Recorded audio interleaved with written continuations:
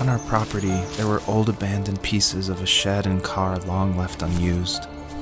I used to ask him all the time who those people were that left all this junk, and I'm sure he got so tired of hearing it that he made up some elaborate stories how a brown bear ate them and haunted the woods afterwards. What's funny is I think it made those people seem more real. Growing up thinking they were still hanging out like they couldn't say goodbye. I used to tell my friends how I could swear I saw spirits move near the water, and that always freaked them out. I guess it didn't bother me, because the way I saw it, they were normal people with old cars and sheds, just trying to figure out how to survive and be happy in the middle of nowhere. It was a cool thought that they didn't want to leave, but you know, I was a weird kid. Well, you had good company since those ghosts like living in a place where they were brutally devoured.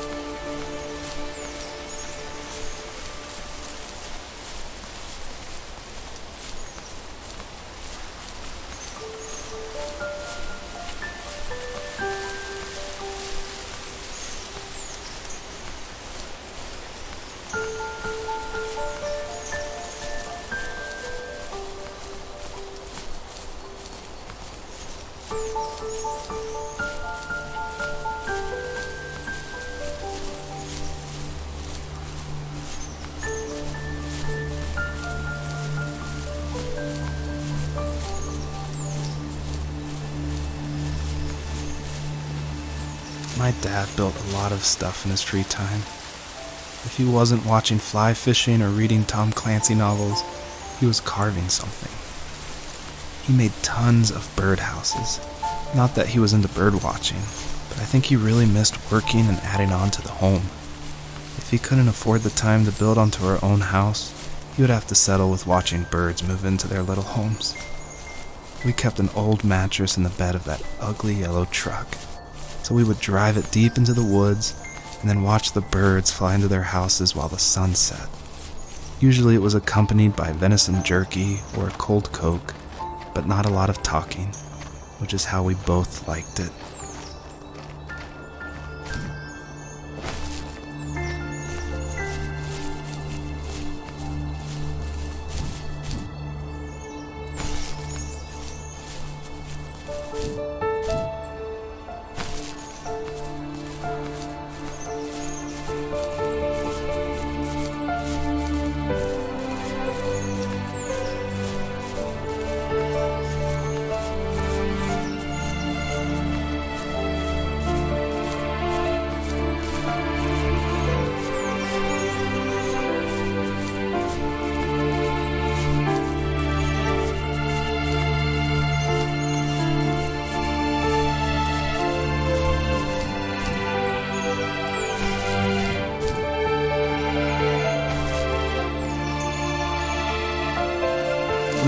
happiest underneath the evergreens. We decided it was time to finally map out the hundreds of acres we lived on, just to pass the time during the summer. He was only free in the evenings, so I would spend the day wasting time on dial-up internet and sketching, and then we would rush into the woods, pen and map in hand, before evening fell. Sometimes, the aurora borealis would cast a cold green glow on the mountainside, and we would finish our route underneath a twilight sky. Sometimes I was lonely during those summer days, but there was comfort in the routine. A lot of teenagers aren't looking for the daily grind, though. There's nothing wrong with wanting to get out, to leave your childhood home. You wanted to progress, to make something of yourself. Yeah, you're right. That house. I'm sure it's the same as how I left it. But then why does it feel so different? I doubt you're the only adult to have looked back and asked that question.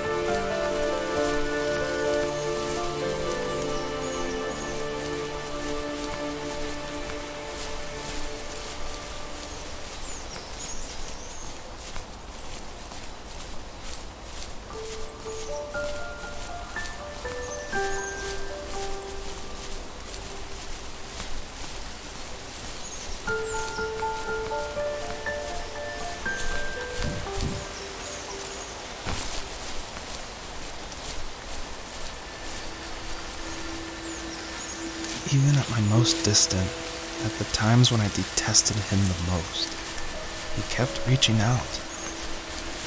For a year straight, he asked me every week when we were going camping. I thought he was just dense. Eventually, to shut him up, I agreed. We carried out the worn lawn chairs from the garage and set up a cinder block campfire at the site we'd always used behind the house. We walked down the mountain path, talking in the warm sunshine we only got a couple months of the year. Those 3 obsidian rocks shimmered alongside the shore, almost like sparklers pressed against a dark window. I'll never forget that wet stone on my feet, or how those massive mountains looked even bigger in the lake's reflection. I felt small, but grateful. As the sun set, my dad found something I hadn't seen for a long time. The tree where I'd made my first carving when I was 6. I hadn't even carved it. My dad had helped me, but I still called it my tree. Something about seeing my name there made me open up, and we talked about everything that night in that old camouflage tent. I told him how much I loved sketching and design, and how it would be a dream to study architecture in Seattle. I told him how I didn't get along with my friends much anymore, but that I didn't mind being alone. He told me he was there for me, and he joked that if all he had to do was write my name on a tree to finally get me to talk, he would have left me carved logs with novels on them in front of my room every morning.